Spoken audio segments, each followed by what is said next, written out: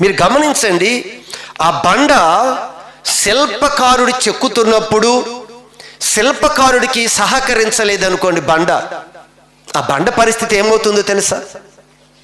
ఈరోజు మనము అదే బండ, మనము శిల్పకారుడికి దేవుని యొక్క వాక్యానికి అనుమతించుకుంటూ వెళితే సౌందర్యంగా చెక్కుతాడు దేవుడు మనల్ని. క్రీస్తు రూపము మనలో ఖచ్చితంగా తీసుకొని వస్తాడు ఆయన.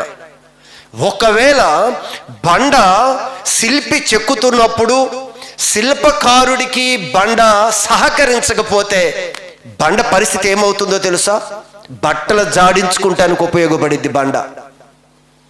దేనికి ఉపయోగపడుతుంది బండ? మనం నిలబడి కాళ్ళు కడుక్కుంటానికి ఉపయోగపడుతుంది బండ.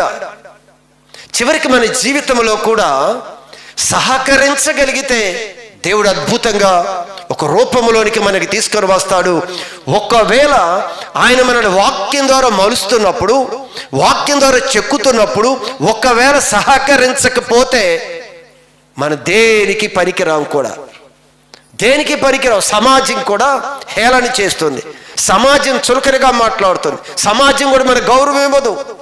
మనం చెక్కబడకపోతే ఒక బండలాగానే ఉంటే అది దేనికి ఉపయోగపడుతుంది?